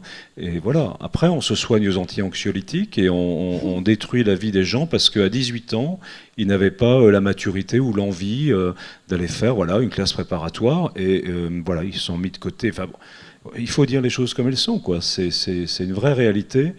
Et c'est pas pour ça qu'on critique le système, par exemple, des classes préparatoires, quoi. Il est bon en soi, mais il est dans ce contexte dont on parlait tout à l'heure. Et voilà, si on veut en sortir, à un moment donné, il faut être proactif et il faut savoir aussi se faire mal par rapport à des habitudes, en l'occurrence ici, qui ont 300 ans, puisqu'elles datent de Napoléon, plus ou moins. Alors, pour éviter d'avoir des étudiants qui se soignent aux anxiolytiques, quelle est la solution, selon vous ? C'est la nation qui détient un record. Moi, j'avais un commentaire à faire. Alors, je ne sais pas si c'est quelque chose qui va vraiment apporter à court terme une réponse, mais c'est une réflexion sur la mission qui est la nôtre, notre responsabilité. Nous formons, que ce soit à Cage Business School, à Centrale Marseille, dans les écoles similaires aux nôtres. On parlait tout à l'heure de la conférence des grandes écoles. Les grandes écoles sont extrêmement mobilisées sur ce sujet-là. je dois le dire, avec un niveau de conscience, un niveau d'affirmation et d'une volonté qui va au-delà de la feuille de route ou de la charte de bonne pratique. Il y a un engagement massif de ce système d'éducation qui a pris conscience d'une chose qui est tout à fait évidente, c'est que notre responsabilité, c'est de former les futurs leaders au féminin. C'est-à-dire que nous formons des leaders. Nous sommes là pour ça. Nous ne sommes plus à l'époque, alors c'est encore des formations qui sont tout à fait honorables, mais on a une mission qui va au-delà de l'expertise. Je vais me permettre de le dire. On a besoin de gens qui soient effectivement en position d'expertise. L'expertise, c'est un vaste sujet qui me passionne par ailleurs, qui peut être dans divers registres. Mais aujourd'hui, nous formons des gens qui ont une vocation à devenir des leaders. Des leaders qui peuvent être des leaders dans le sens de l'entrepreneuriat, hein, des porteurs de projets, ou de l'entrepreneuriat, la création de valeur au sein d'entreprises. Nous formons des gens qui seront amenés à exercer des responsabilités. Et notre mission est de les amener réellement à repenser ces difficultés, cette réalité d'aujourd'hui, pour transformer le monde. Enfin, j'ose le mot. On doit former des gens qui ont vocation à transformer le monde. Donc, être conscient de ces difficultés, pas les dramatiser non plus. Hein. Je crois que le fait de travailler au contact des jeunes gens et des jeunes filles, c'est aussi un formidable facteur d'espoir, parce qu'on se rend bien compte de l'extraordinaire dynamisme, de l'extraordinaire potentiel que représente la jeunesse. Et on parlait tout à l'heure des enjeux de la parité. Il y a un enjeu qui est tout simplement évident si on se place du simple point de vue de l'humanité, c'est qu'on ne peut pas gâcher le potentiel de 50% ou sous-exploiter le potentiel de 50% de l'humanité. C'est aussi bête que ça. Il y a des valeurs d'équité derrière, et puis il y a une forme de constat très pragmatique, j'allais dire très paysan, qu'on gâche les choses. Et je crois que c'est quelque chose d'extrêmement puissant. Donc notre responsabilité, c'est aussi de former au meilleur niveau, et Thomas le disait, je pense que l'apport des sciences humaines et sociales, aux côtés de formation scientifique, est extrêmement important. La nécessité aussi d'éclairer dans un univers qui est de plus en plus basé sur le savoir et fondé sur l'usage des technologies, pas forcément les technologies elles-mêmes, mais l'usage des technologies, éclairer tout le monde aussi, enfin le plus large nombre de large pourcentage de diplômés sur ces sciences et ces technologies. Et c'est, si vous me permettez, aussi un changement majeur qu'on observe. Je reprends le point de vue des ingénieurs. On a parlé de la représentation, et vous avez dit d'ailleurs tout à l'heure, c'était très intéressant, les filles n'ont pas forcément conscience que le métier d'ingénieur, c'est pas fait pour elles. On est sur une représentation de l'ingénieur du 19e siècle. C'est-à-dire qu'on est sur une représentation où effectivement, travailler sur une fonderie ou sur, je ne vais pas dire une machine à vapeur parce que là c'est un petit peu loin, mais une fonderie, une très grosse machine, voilà, c'est un métier d'homme. Il y a une notion de puissance physique qui est rattachée à une vertu masculine. Bon, enfin, personne soulève, enfin, y compris les ingénieurs, hommes ne soulèvent pas en général des gueuses de fonte dans les ateliers, donc c'est pas non plus complètement l'objet. Mais aujourd'hui, on est quand même dans une dématérialisation très très forte de l'économie, et une grande partie de l'innovation vient de secteurs où en tant que tel, la force physique, qui a malheureusement fondé un certain nombre de différences, malgré, dans la représentation, je ne dis pas dans la pratique, mais dans la représentation, tombe. Donc je crois qu'on a aussi besoin d'orienter, parce que c'est quelque chose qu'on fait peut-être relativement peu, d'orienter les jeunes filles, et là ça va les concerner plus spécialement, vers des secteurs où il y a un immense potentiel de développement économique. Il y a des postes à prendre, il y a du pouvoir à prendre, il y a des entreprises à créer, il y a de la richesse à créer, il y a du leadership à assurer pour changer aujourd'hui ce qu'est la distribution, je vais utiliser ce terme mathématique, la distribution des femmes dans les fonctions de pouvoir. Si vous regardez les grandes entreprises de technologie, y compris aux États-Unis, là on va sortir de la France et arrêter de faire du French bashing, je ne connais pas d'entreprise qui ait été créée par des hommes. Programmer, faire de l'informatique, c'est pas genré, hein. Typiquement, ça doit pas l'être. Donc, on a aussi besoin d'inciter tous les femmes à investir des terrains sur lesquels elles ne vont pas spontanément, pour des raisons que je peux parfois imaginer, mais peut-être pas très bien formalisées. Dans tous les cas, on a ce devoir-là d'orientation vers des secteurs dont on pressent que ce sont des secteurs d'avenir, que ce sont des secteurs à conquérir. Alors justement, d'un point de vue purement pratique, est-ce que, en tant que directeur d'école, vous sensibilisez vos corps enseignants? Est-ce que c'est déjà arrivé d'avoir des réunions sur ce type de sujet pour justement essayer de forger des esprits plus ouverts? Alors, moi, ça fait 1 an que je suis ici. Il n'y a pas eu de débat central là-dessus, mais je sais qu'on est sur un équilibre assez fort dans le corps professoral. Donc la question se pose peut-être pas de manière extrêmement aiguë. Les enseignements, en tout cas, sont délivrés sur le sujet, comme on l'a déjà dit. Les recherches se réalisent sur ces domaines-là. Sylvie, d'autres personnes sont très actives. Virginie Martin, qui aurait bien voulu être là ce soir, mais qui ne pouvait pas se déplacer. Je dirais, c'est pas au niveau du corps professoral. Je crois qu'il y a tout ce qu'on a dit là, les gens le partagent, en ont parfaitement conscience. Et de temps en temps, on se fait reprendre. Moi, ça m'est arrivé en assemblée générale parce qu'on vient d'installer un comité et tout d'un coup, on se rend compte qu'il n'y a que des hommes. En général, au bout de 3 secondes, vous avez quelqu'un qui va vous le faire remarquer. Donc, on est quand même très conscient qu'on a intérêt à avoir un réflexe de ce point de vue-là. Moi, là-dessus, je suis pas très inquiet, même s'il y a plafond de verre dans l'accès aux fonctions de professeur, peut-être au plus haut niveau. Enfin, là, il y a des choses qui restent à régler. Donc non, là franchement, je suis pas très inquiet.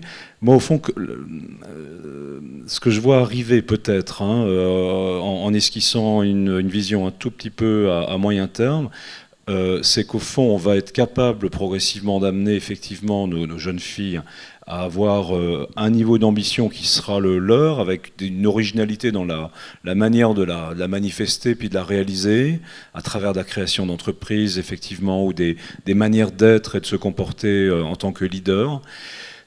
Par contre, on peut se retrouver face à une situation où, ayant créé cette envie de se réaliser, on ne puisse pas trouver dans notre pays aujourd'hui les voies pour réellement se lancer, retrouver tout ce qu'on est en train de dire, parce que l'ancien monde, il est là et il dirige encore en grande partie nos institutions et nos grandes entreprises. Et ce qui peut se passer alors, tout simplement, c'est que tous ces talents vont forcément se tourner vers des contrées lointaines, extrêmement attirantes. D'ailleurs, on les envoie beaucoup en entreprise ou en double diplôme, en formation. Et on va avoir une magnifique fuite de talents. Et je me demande si on n'a pas déjà ça aujourd'hui dans la science, puisqu'on ne réussit pas dans un laboratoire ici, on va aller le faire aux États-Unis. Je ne serais pas surpris qu'en fait, sur les Français qui réussissent à l'étranger, on ait une proportion non négligeable de femmes qui soient déjà bien en place. Sylvie Brunet ? Oui, effectivement, je pense qu'on commence à avoir ce phénomène qu'on appelle de fuite des cerveaux. Enfin, plusieurs choses, on l'a dit au cours de ce débat, on est encore dans cette phase où il faut être assez proactif et volontariste, et donc effectivement, on est obligé de passer par ces phases de réseaux, de femmes, d'associations qui vont inciter, de quotas, malheureusement, dans certains secteurs. On est obligé encore de passer par ces phases-là. Mais un jour, on n'en aura plus besoin. Ça, c'est une première chose. Il faut en être quand même conscient. Parce que c'est quand même lent. Ça va lentement par rapport à l'évolution du monde. C'est une première chose. Deuxième chose, moi, je pense qu'il va vraiment faire évoluer assez vite. C'est quand même l'extraordinaire transformation du monde du travail, tout court. Il y a un rapport qui est sorti, je crois, la semaine dernière, le rapport Mettling, sur la transformation du haut numérique. Mais c'est en train d'exploser. Tout ça est en train de complètement changer. Et ça rejoint, quand on fait des enquêtes, on commentait ce matin une enquête qui a été faite auprès de 3200 jeunes, la fameuse génération Z, qui s'appelle Invasion avec un Z, dont on peut la trouver sur le net, et qui montre que les jeunes sont demandeurs, dans les grandes choses qu'ils demandent, d'égalité. Ça ressort très fortement. Donc pour eux, c'est un fondamental qu'ils vont rechercher dans l'entreprise, de l'humain, du fun, et un management qui n'est plus forcément un management vertical, hiérarchisé. Voilà, donc on est dans le partage, les réseaux sociaux, la compétence qu'on partage, ils sont dans cette demande-là. Et je pense fondamentalement que c'est ça, la très grosse transformation. Alors comment les femmes vont se situer dans dans toute cette transformation, je pense que ça peut être plutôt positif. Et sans compter toutes les expériences qui sont en train de se développer sur le télétravail, parce qu'on sait bien quand même aussi, il faut être réaliste, que le fameux équilibre vie professionnelle, vie personnelle joue quand même encore beaucoup en défaveur des femmes. Il faut aussi être réaliste. Et encore, là, nous parlons de femmes diplômées, on parle d'enseignement supérieur. Je ne parle pas du monde plus difficile des employés ou des salariés qui ne sont pas forcément avec le même niveau. Frédéric Faudiado. Vous nous interrogiez sur ce que nous faisions dans nos structures. Je vais commencer par dire que si on regarde les chiffres, force est de constater que nous ne sommes pas une structure exemplaire, loin s'en faut, parce que nous sommes constitués de la façon dont je l'indiquais, c'est-à-dire par cooptation, avec tous les biais qu'on peut imaginer, dans un vivier qui est celui d'écoles d'ingénieurs, alors très, très multidisciplinaire, où la représentation des professeurs de haut niveau n'est pas celle des doctorantes et encore moins celle des élèves. Enfin, je prends l'exemple de la chimie que je connais plutôt mieux. C'est un secteur qui est très féminisé au recrutement.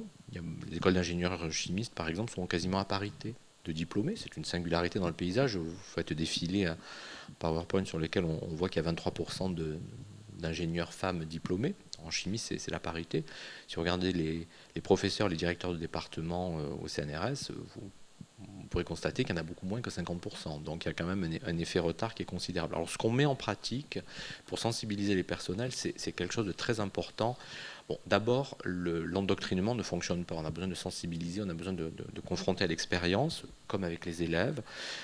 La structure qui a pris en charge ces questions au sein de l'établissement s'appelle chez nous le labo sociétal. Donc c'est une structure à la fois de réflexion-action. Mathilde Chaboch et Guillaume Quicresse qui le portent au sein de Centrale sont juste devant moi. Ce sont des actions de sensibilisation, d'exposition de la réalité.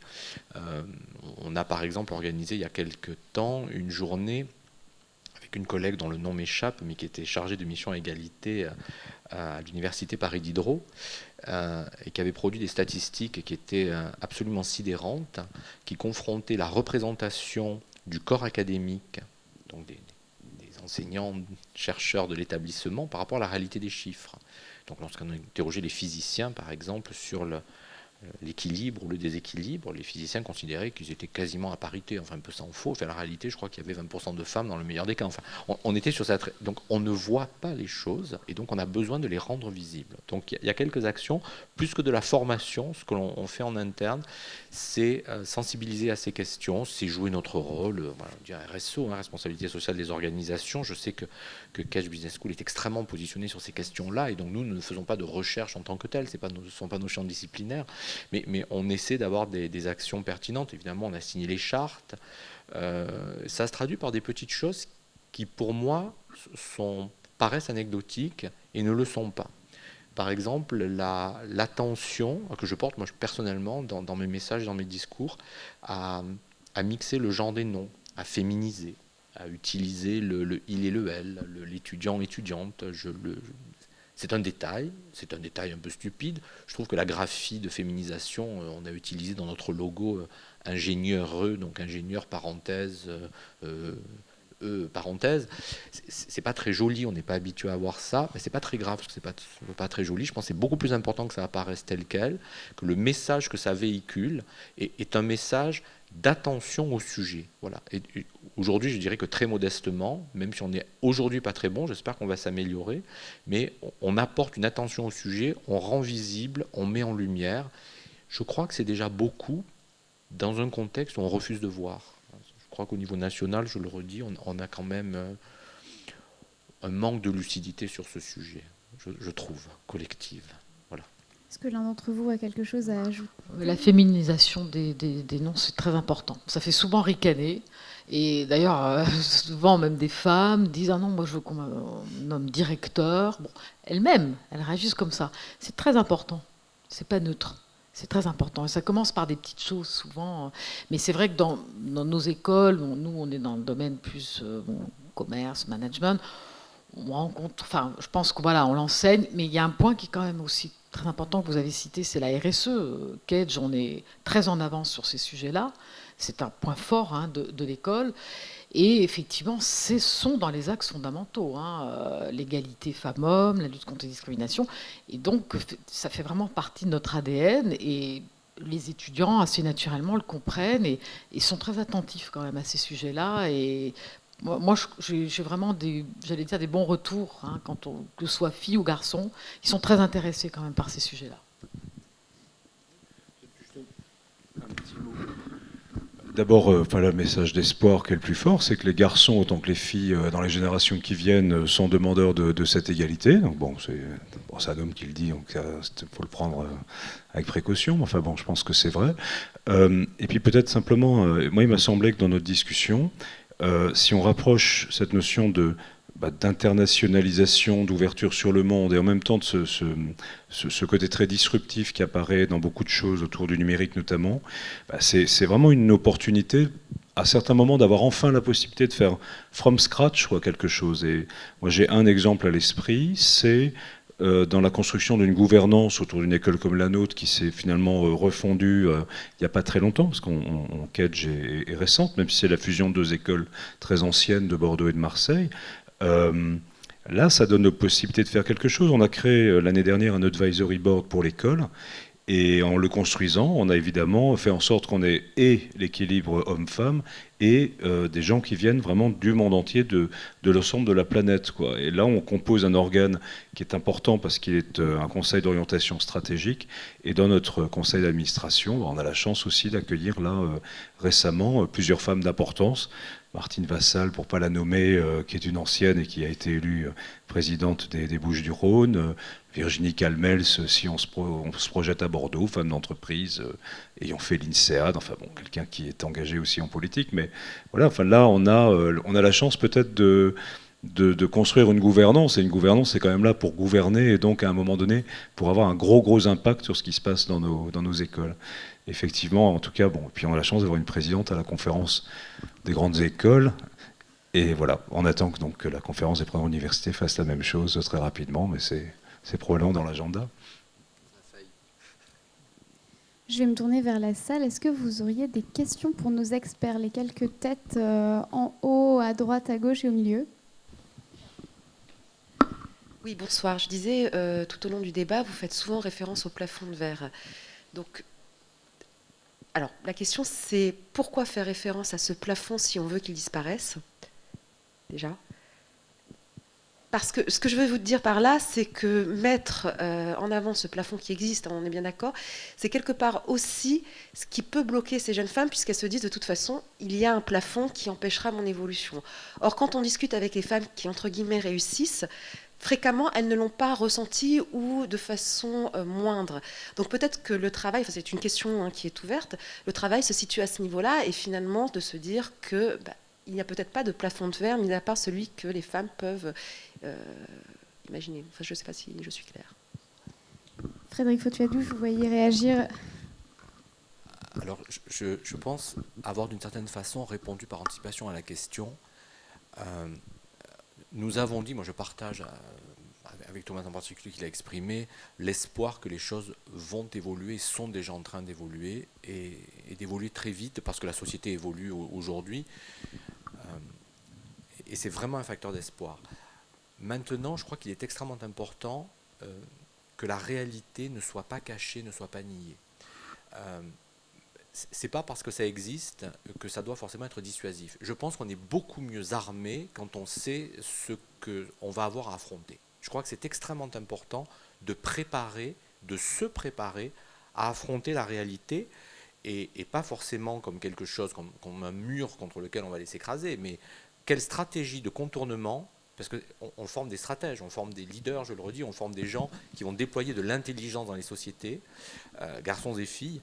Qu'est-ce qu'on doit mettre en œuvre pour aller contre cet état de fait qui existe aujourd'hui, pas forcément partout, parce qu'on ne l'a pas dit, mais les entreprises aujourd'hui recherchent énormément de jeunes diplômés femmes à recruter et n'en trouvent souvent pas assez. Enfin, je prends les entreprises de technologie pour le savoir, il y a une volonté aujourd'hui délibérée très très forte de parité dans les recrutements. Mais le vivier n'est pas à parité, donc ça crée quand même de vraies difficultés. Et puis on recherche des compétences. Donc il n'y a pas de quota sur les compétences. C'est le vivier qui va faire qu'on arrivera à la parité. Donc on a besoin, je crois, de dire les choses, de faire prendre conscience sans effrayer, mais dans une logique qui est une logique, je vais oser le mot, finalement très combattante. On a besoin, ou combative plutôt, on a besoin de se préparer à affronter la réalité d'aujourd'hui pour pouvoir la faire évoluer vers quelque chose vers quoi on doit tendre, qui est faire effectivement sauter ce plafond de verre partout où ce sera possible. Ça prendra probablement encore quelques générations. Oui, c'est vrai que ce plafond de verre, on en parle souvent. Alors ça aussi, ça évolue. Mais je crois que le rôle fondamental qu'on a dans nos écoles, dans l'enseignement, c'est au fond de donner des clés de compréhension du monde. Vous savez que tout ça aussi est en train d'évoluer très vite. Hein, l'enseignement, voilà, le cours magistral, ça tend quand même à disparaître. On est beaucoup plus maintenant voilà, dans quelque chose d'interactif. Et c'est apprendre à oser. Alors, on parle des femmes, mais c'est valable pour les garçons aussi.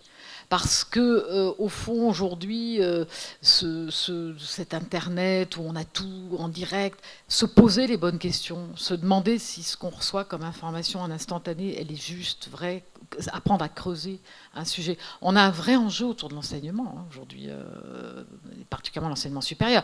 Et c'est valable pour les filles comme pour les garçons, mais il faut oser et leur apprendre à oser aussi. Et non pas qu'ils se disent que ça va venir tout seul, parce qu'on a quand même ce risque aussi de penser que ça va se faire tout seul, parce que, voilà, mais non, il faut oser et prendre ses responsabilités. Et toutes les femmes qui ont réussi, elles l'ont fait à un moment donné. Est-ce qu'il y a d'autres questions ? Il y a un micro qui circule.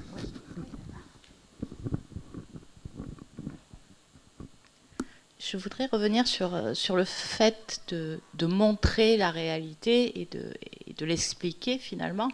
Et moi, je travaille dans un organisme public de recherche, donc le CNRS, qui est plutôt exemplaire du point de vue du montrer, puisque les statistiques sociales sont publiées tous les ans et sont communiquées à tous les agents du CNRS. Sauf que moi, ça fait 12 ans que je travaille au CNRS, que je lis ces statistiques et que je me rends compte qu'elles n'évoluent pas, voire qu'elles régressent dans certains secteurs, comme les sciences de la vie en particulier. Donc du coup, effectivement, le montrer, c'est important. Et il y a une mission pour la place des femmes au CNRS qui existe depuis des années, et ça n'avance pas. Donc du coup, moi, je me sens un peu démunie avec mes étudiantes quand je leur dis vous voyez, voilà, le CNRS montre qu'il y a une disparité, qu'il y a un plafond de verre, mais ça n'évolue pas. Frédéric Fautier-Dieu. Moi, c'est un sujet qui me passionne, vous l'avez peut-être deviné, parce que j'interviens, j'espère pas trop. La question est réellement systémique. On aborde un sujet où on essaie d'agir localement pour faire évoluer une situation qui repose, comme on le disait, sur des représentations millénaires ou multimillénaires. Une culture fort ancienne qui dissymétrise la place de la femme et la place de l'homme dans la société. C'est quelque chose d'extrêmement profond. Nous sommes dans une organisation sociale, un modèle très patriarcal quand même, qui reste très prégnante, même si on est dans un univers terriblement moderne. Il faut se souvenir que le CNRS était quand même en grande partie pensé par une femme. Hein. Donc c'est une organisation qui est extrêmement intelligente sur la question, qui d'ailleurs s'y penche en termes de recherche, mais qui est baignée dans un milieu sur lequel elle n'a pas davantage de prise, j'allais dire, que nous tous, et autant que nous tous. Moi, je vais dire quelque chose qui est très, très terre à terre, parce que ça me semble une dimension qui est malheureusement déterminante en pratique dans les conditions d'exercice de la profession des chercheuses ou des enseignantes-chercheuses. Je regardais dans les notes que le Labo Sociétale Mathilde Chaboch m'a préparées pour cette réunion-là, une enquête récente sur la double journée, le travail à la maison et la dissymétrie entre hommes et femmes sur le sujet. C'est 70% de femmes qui sont impliquées dans ces tâches-là, à 70% les femmes, pardon, impliquées dans ces tâches-là, à 30% les hommes. Mais ça a des conséquences qui sont considérables sur l'évolution de la carrière, sur la disponibilité que l'on a, le temps qu'on a à consacrer à sa carrière. Je pense que c'est une réalité qu'il ne faut pas nier. Il y a des freins qui sont des freins qui échappent beaucoup à la volonté propre des organismes et des structures. Ça fait partie des sujets qui doivent être posés, qui doivent être exposés pour qu'on en ait conscience. Moi, je pense qu'on est vraiment sur une forme de non-dit sur le sujet. On en parle beaucoup. Comme vous le dites, on a beaucoup de statistiques. Nous aussi, nous produisons des statistiques genrées. Comment est-ce qu'on agit derrière? Quels sont les moteurs, quels sont les leviers que nous avons? Moi, je pense que la formation, très très clairement, la formation, la désinhibition dont on pouvait parler, c'est-à-dire que les freins que chacune peut se donner très tôt dans son parcours, ça c'est quelque chose de fondamental, la nécessité d'inciter à aller plus haut, la nécessité à penser les transformations de l'économie, de la société, dont on a parlé, mais c'est aussi faire prendre conscience qu'il y a des freins qui sont des freins qui appartiennent au quotidien, qui appartiennent à la réalité de la vie aujourd'hui, en France et ailleurs. Et la question des tâches domestiques, cet article fait suite à d'autres, je pense, c'est le chiffre qui m'a choqué. La réalité, je la connaissais, le chiffre m'a choqué. Je pense que c'est quelque chose qu'on minimise et même que l'on nie collectivement. Donc on a besoin de le montrer. Voilà. Je pense que c'est vraiment quelque chose, on a besoin de le dire, on a besoin de le montrer, on a besoin de le penser et on a besoin d'en parler. Et d'en parler à celles et ceux qui vont être en capacité de le faire évoluer. Typiquement, les jeunes que nous formons à Catch Business School ou à Centrale Marseille en font partie, parce que ce sont des gens, pas eux seuls, mais qui vont travailler et qui vont travailler à bon niveau. L'autre grand corps que l'on devrait travailler et qui, je pense, est infiniment plus réfractaire que les jeunes gens et les jeunes filles que nous formons, ce sont les politiques. Et à mon avis, c'est un sujet en soi, et je vais me taire. Thomas Frelucher. Et ça, alors, ce que je veux dire vaut pour l'ensemble de l'enseignement supérieur, donc grande école, université, laboratoire. Ce qui est, je trouve souvent insupportable dans ce monde, c'est ce côté très contemplatif, quoi. On va effectivement, on sait, on fait des études, on peut montrer par des chiffres tout ce qui ressort d'un déséquilibre, mais l'idée du rapport au réel, de tourner le regard, de se regarder soi-même, d'être réflexif. Là, c'est beaucoup moins naturel. Je veux dire, l'idée d'une université entrepreneuriale ancrée dans un rapport au territoire, au monde, tout ça, ça favorise aussi le sens de l'action. Et il y a différents leviers. Enfin, l'innovation dans la gouvernance, la manière de nommer les gens. Enfin, il y a quand même toute une palette de choses qui pourraient être mises en œuvre, quoi. Pourquoi on ne remet pas ça en question plus rapidement? J'étais dans une commission de spécialistes quand je suis parti à l'étranger qui nomme donc les maîtres de conférences il y a 2 ans. On a passé avec 3-4 collègues étrangers une demi-heure à convaincre nos collègues de bien vouloir laisser une leçon se faire en anglais. Bon, on n'est pas dans le sujet, mais enfin c'est juste pour montrer l'incroyable conformisme et la manière dont, sur des toutes petites séquences, la tyrannie des petites décisions, comme on en parle parfois, pèse et nous empêche de bouger quoi que ce soit. Oui, il est temps. Ce qui rejoint ces sujets, c'est la problématique du modèle d'organisation qui quand même aujourd'hui encore très pensé, quantitatif, les réunions très tardives le soir, enfin on n'en a pas parlé, mais enfin c'est quand même encore une réalité beaucoup dans d'ailleurs toutes les sphères, y compris d'ailleurs la politique, puisque c'est aussi un monde bien particulier. Mais ce modèle qu'on a fabriqué, où on cumule des tas de mandats quand on est politique, mais dans d'autres sphères aussi, on le retrouve et qui est très décrié aujourd'hui par les Français, parce que toutes les études qui sortent tous les ans, ça empire. Il y a une remise en question totale des élites sur ces thèmes-là. Et il faut faire très attention à ça, parce qu'il y a l'écart se creuse et on fabrique des gens qui sont complètement déconnectés de la réalité.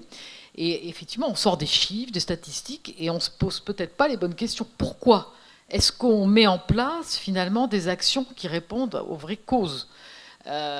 Comme on l'a dit tout au long de ce débat, elles sont profondes, elles sont structurelles. Mais si à un moment donné, on ne change pas aussi un peu le modèle, on en sera encore là dans des années à en parler, et ça va, c'est un sujet qui m'est très cher. En politique, le cumul des mandats, c'est un éternel sujet. Et tous les politiques vont expliquer que non, il ne faut pas revenir là-dessus, parce que la politique, c'est un métier. Mais non, ça fait forcément arriver. Et pas que des femmes, des plus jeunes. Mais ils vous expliquent que non, il ne faut faut surtout pas revenir là-dessus. Mais si on ne change pas à un moment donné le modèle, effectivement, tous les ans, on a toujours ces chiffres. Alors, heureusement, il y a des quotas. On vient de voir pour les départementales. Mais bon, c'est long. Et puis, dans les postes de président, il y a quand même peu de femmes. Alors après, sur la recherche, c'est un univers que je connais moins, mais c'est vrai qu'on l'entend quand même beaucoup aussi, y compris au CNRS. Quand les femmes en parlent, elles disent que c'est pas si simple non plus et qu'elles ont peut-être plus de mal quelquefois que leurs collègues hommes. Pourquoi ? Je ne sais pas, il faudrait creuser ça, mais il faut se poser peut-être les bonnes questions. Frédéric Fetiadu. Juste une toute petite anecdote. Bon, d'abord, ma réponse était aussi en partie un petit bout de la lorgnette, parce que parfois on y voit des choses intéressantes. On a aussi regardé dans les postes de responsabilité parmi nos pairs et parmi nous, directeurs d'établissements d'enseignement supérieur. Enfin, on a lancé l'anecdote sur les présidents d'université, c'est quand même très vrai. La conférence des grandes écoles présidée par une femme, effectivement, c'est une chose très positive. Je parlais du microcosme des écoles centrales. Il y a 5 écoles centrales en France, 3 à l'étranger, une en Chine, une en Inde, une au Maroc. La première directrice d'une école centrale a été nommée l'an dernier, pas en France. C'est Rita Lalou, qui est la directrice marocaine de l'école centrale de Casablanca. Donc on a aussi besoin de voir ailleurs et peut-être d'avoir une audace en France que, encore une fois, dans un certain confort intellectuel, on s'imagine peut-être en capacité d'avoir, mais qu'on observe à l'œuvre, ailleurs, parfois plus facilement. Mais je trouvais que c'était assez savoureux que la première directrice d'une école centrale soit celle de l'école centrale de Casablanca, avec toute la représentation qu'on peut avoir sur la femme dans le monde musulman, dans le monde méditerranéen, etc. C'est pas neutre. Voilà. Est-ce qu'il y a d'autres questions ? Moi, j'ai une remarque. C'est qu'est-ce qui distingue les hommes des femmes aujourd'hui ? C'est un mot, coupable. Parce que la culpabilité chez la femme, c'est ce qui nous est en permanence rejeté par la société. C'est-à-dire qu'on progresse, on a de l'ambition. Et en règle générale, ce qui accompagne cette ambition, cette progression, c'est mais et les enfants et vous allez les chercher et vous avez le temps de vous en occuper. Vous avez 3 enfants, mais comment faites-vous ? Votre mari ne travaille pas ? On est quand même confronté à un univers effectivement que nous renvoie la société, et vous l'avez très bien exprimé. Mais je crois que ce mot de culpabilité, il résume aussi beaucoup le frein que les femmes elles-mêmes se mettent toutes seules à leur évolution et à leur carrière. C'est que j'ai dans mon entourage des gens qui ont fait des grandes études et qui ont arrêté juste parce qu'elles se sentaient coupables de ne pas passer du temps avec leur mari, avec leurs enfants, avec leur famille. Et je ne sais pas si cette culpabilité, elle est partagée de manière équivalente par les hommes et par les femmes, et je subodore que ce n'est pas le cas. Mais c'était une petite remarque. Juste pour répondre à la remarque, dans les études américaines, parmi les conseils qu'ils donnent aux femmes qui veulent devenir des leaders, ils disent faites de votre partenaire un vrai partenaire. Parce qu'on insiste dès le plus jeune âge sur la réussite des garçons, mais jamais vraiment sur la réussite des filles, et surtout on leur place la vie familiale toujours en priorité par rapport aux carrières. Et donc c'est vrai que dans la réussite, les femmes qui ont réussi et qui donnent des conseils aux autres femmes, c'est faites de votre partenaire un vrai partenaire, parce que c'est pas parce que vous êtes une femme que vous devez vous sentir coupable, que vous partez le matin plus tôt, que c'est pas vous qui déposez les enfants à l'école, il faut vous sentir coupable de ça, et c'est pas pour ça que vous n'allez pas vous accomplir non plus dans votre vie professionnelle et personnelle. Voilà. Donc c'est aussi important d'avoir cet équilibre entre la vie personnelle et la vie professionnelle. Et dans les nouvelles générations, dans ma génération, la fameuse génération Z aussi, on est très attaché à ces questions d'égalité et ces questions d'égalité entre la vie personnelle et professionnelle, les femmes comme les hommes. Et du coup, je pense que c'est dans ces générations et dans les nouveaux modèles économiques qu'on va voir apparaître ces opportunités de construire des nouveaux modèles, et de se dire que les hommes comme les femmes recherchent cet équilibre, et donc possiblement que cette culpabilité soit va disparaître, soit va au moins se répartir entre les deux. Enfin, moi, je l'espère. Sylvie Brunet. C'est vrai que quand on observe un certain nombre de travaux, c'est en train effectivement de changer, y compris les rapports dans le couple. Alors, là aussi, Françoise Héritier, que je cite souvent et dont j'ai lu pas mal d'ouvrages et de travaux, le montre. Et ça donne au fond des rapports beaucoup plus équilibrés, beaucoup moins conflictuels. Mais tout ça est lent, masque des peurs aussi chez, quand même, quelquefois, les garçons de perdre une sorte de virilité, enfin de modèle qu'ils peuvent avoir. Chez les femmes aussi, quelquefois, qui ne laissent pas forcément spontanément finalement leur compagnon s'occuper des enfants. Il y a aussi il faut le dire aussi, ça existe aussi, c'est pas si manichéen que ça, mais parce qu'une fois de plus, c'est tellement ancré dans nos mentalités que ce qu'on peut dire quand même aux filles, c'est, une fois de plus, oser. Vous verrez que ça engendre des choses très bien, finalement, y compris dans le couple, y compris dans la famille. Mais il y a des moments, il faut, j'allais dire, se boucher les oreilles, parce que, surtout dans ma génération à moi, avec tout ce qu'on a pu entendre, effectivement, il faut à un moment donné se blinder et se dire on avance. Et les enfants vous le disent en bout de course. Ils vous disent finalement, on est drôlement content d'avoir une maman qui travaille, qui est reconnue, et ils sont tous aussi bien que d'autres. Effectivement, la mère était à la maison et allait les chercher à l'école tous les jours. Donc on a ce constat aussi au bout d'un certain temps. Il faut le dire aussi aux filles. Thomas Folicher. Non, juste pour dire à quel point vous avez raison. Enfin, en tant qu'homme, là, au moins, on a un point de faiblesse évident, c'est qu'on n'a pas, on comprend pas cette culpabilité qui se vit. Et parfois, vous rencontrez des femmes qui vous en parlent, et ça fait très très mal, surtout quand elles sont très actives, puisqu'elles le vivent, mais elles continuent quand même à s'investir professionnellement. Il me semble que peut-être un des éléments sur ces choses-là qui serait intéressant de travailler, c'est aussi la représentation qu'on a des trajectoires professionnelles sur la vie entière, le modèle de réussite sur le temps, quoi. Ce qui serait bien, c'est qu'on ait peut-être, en reprenant le Z, l'idée de la possibilité de faire plus de zigzags et d'avoir dans sa vie différentes périodes qui s'accumulent, ou pour une femme, la période qui consisterait éventuellement, ou pour un homme, ce serait d'ailleurs très bien, et ça se développera sûrement aussi, de couper, puis de partir dans un autre boulot qui permet d'avoir un meilleur équilibre justement à un moment donné, ne coupe pas de manière définitive du retour dans une grande entreprise pour y faire un bout de carrière, suivi derrière de la création d'une entreprise. Enfin, on a l'impression quand même de former des gens qui aspirent à ça et qui n'ont pas du tout envie d'avoir le caractère linéaire encore, qui est très, très attaché à ce qui ferait, ce qui séparait une bonne carrière d'une mauvaise carrière. Ce serait bien de faire exploser ça, quoi. Sans pour autant d'ailleurs envoyer l'idée qu'on fasse toute sa vie dans une même entreprise à la corbeille, parce que dans certains cas c'est peut-être très bien aussi, mais qu'on ait cette liberté-là, quoi, ce serait intéressant. Linéaire et quantitatif, et aussi intégré quand même dans notre société, la parentalité, les enfants. Alors là, on tombe dans les sujets de RSE, les problématiques de transport. Il faut qu'on évolue dans nos modèles. Le CAN où on doit de travail, on doit venir le matin, faire ses 7 heures. Même si on doit faire 2 heures de transport, alors qu'on pourrait au fond travailler beaucoup plus aisément près de chez soi, avec tous les moyens modernes qu'on a. On est encore loin de ça dans beaucoup de modèles. Et ça, c'est valable pour les femmes comme pour les hommes. Et d'ailleurs, chaque fois qu'on fait évoluer le sujet, les hommes viennent vous voir en disant « Ah là là, qu'est-ce qu'on est content, enfin, on a pris... » Problématique de pénibilité, par exemple, sur les métiers. Chaque fois qu'on a travaillé pour que des femmes puissent prendre des postes assez physiques, on travaille du coup sur des équipements qui vont permettre de moins avoir de maux de dos. Et les hommes disent « Pourquoi on ne l'a pas fait avant ?» Dès qu'on fait arriver des femmes, ça c'est l'importance de la mixité aussi. Dans des métiers plus techniques, on fait évoluer les conditions de travail. Une dernière question. J'ai effectivement ma fille qui a fait une école de commerce à Reims, donc après prépatière et compagnie, donc ma fille Sarah Marchand.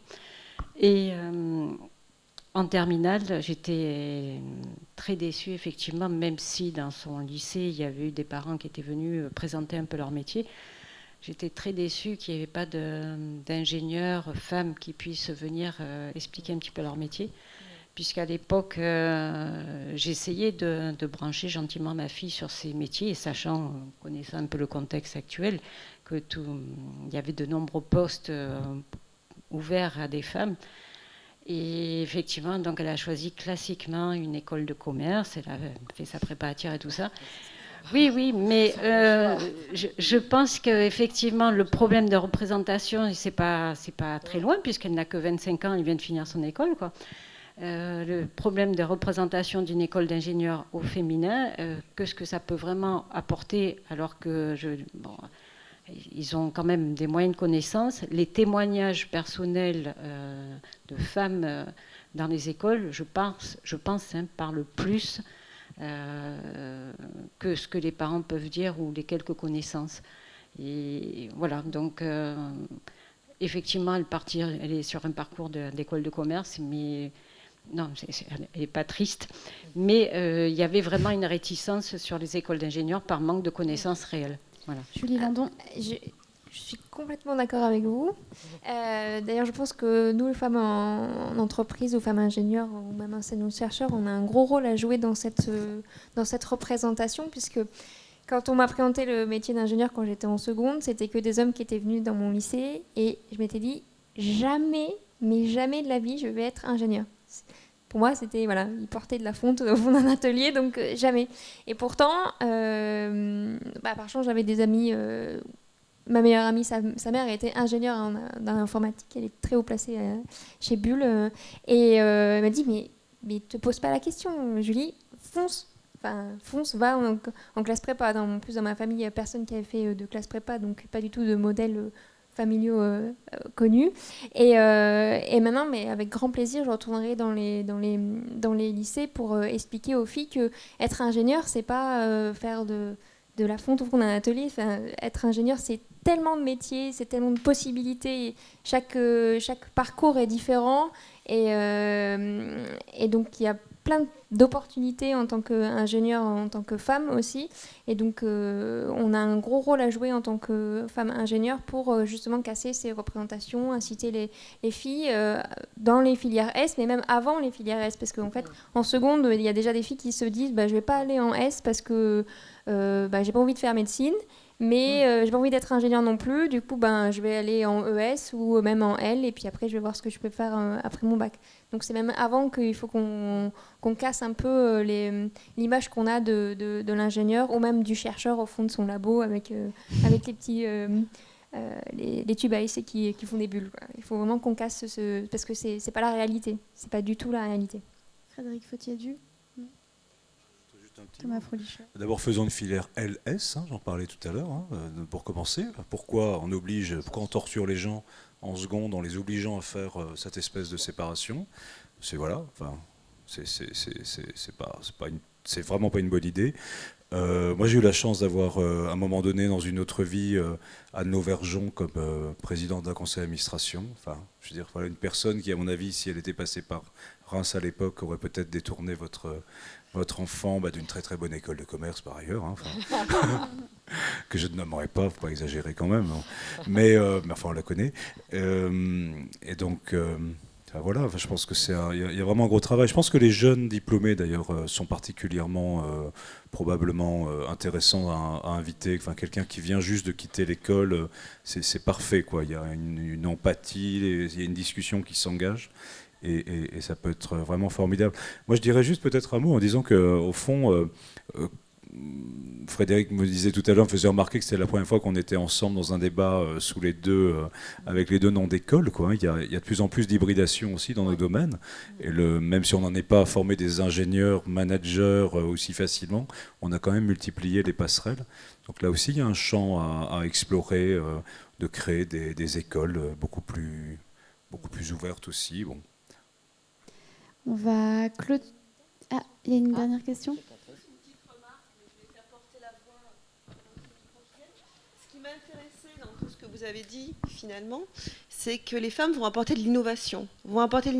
Parce que si on veut avoir la parité dans l'enseignement, dans la recherche, dans l'entreprise, il va falloir innover sur les formats de travail.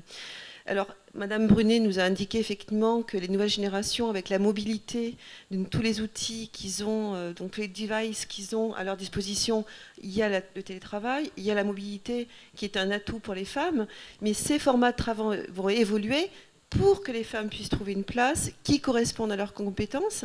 Et là où je trouve que c'est formidable, c'est que les hommes, on les a enfermés dans des carcans. Ne me dites pas que les hommes aujourd'hui sont tous heureux dans les systèmes patriarcaux qu'on leur a imposés depuis l'enfance. Tu ne pleureras pas, tu seras fort, tu dirigeras, tu ne poseras pas tes doutes sur la table. Et donc ce qui est intéressant aussi, c'est que finalement en réinventant la place de la femme dans l'entreprise, on réinvente la place de l'homme. Et on va lui donner une possibilité de création à cet homme qu'on a enfermé dans des carcans patriarcaux, où il doit être droit, il doit porter le costume, il doit porter la cravate, il doit faire sérieux. Il va pouvoir exister autrement. Et pour avoir une double vie d'enseignement et sur le terrain, notamment principalement dans les pays africains, je me rends compte que mes jeunes en classe, ils réinventent beaucoup de choses et qui m'apprennent plus finalement que ce que je leur apprends, cette fameuse génération, alors que j'appelais Y, maintenant je sais qu'il faut l'appeler Z, qu'on est sur les nouveaux formats de génération. Mais voilà, vive l'homme qui se réinvente aussi grâce à la femme dans l'entreprise. Ah bon, en tout cas, on attend l'entreprise conviviale, où tout le monde se sentira bien, tout simplement, effectivement. Un dernier mot par Je ne peux que souscrire à ce que vient de dire Catherine, qui intervient chez Catch aussi. Mais sur l'innovation sociale, sociétale, on est absolument convaincu de ça, et on a besoin de former les élites à la penser, cette transformation, et à y être prêt. Ça, c'est quelque chose, on va travailler sur une génération qui est extrêmement sensible à ça. La vraie difficulté, aujourd'hui, c'est l'inertie des grandes entreprises. Enfin, moi, je le dis très, très directement, on a quand même des systèmes qui sont très installés, ça évolue lentement. Et on est très sensible avec Thomas, c'est une question qu'on souhaite vraiment porter ensemble d'autant plus fortement aujourd'hui, que c'est quelque chose qui est critique pour la France. Et la question de l'entrepreneuriat, moi je suis persuadé qu'il faut réinventer les entreprises en créant des entreprises nouvelles qui vont servir de modèle. C'est vraiment quelque chose. Le modèle de la start-up, c'est un modèle qui est très intéressant parce que c'est un modèle qui fait fi finalement de schémas d'organisation un peu éternels et qui a besoin d'affronter des réalités qui sont très très différentes. Et je souscris complètement à votre plaidoyer, je suis très intimement persuadé de ce que vous dites. Merci pour votre témoignage. Donc, avoir de l'audace, changer les modèles, sensibiliser, casser les représentations pour faire évoluer les mentalités, c'est un peu tous les points qu'on a abordés ce soir. On va donc clôturer cette table ronde qui est encore riche et ce chantier qui pourrait encore être discuté.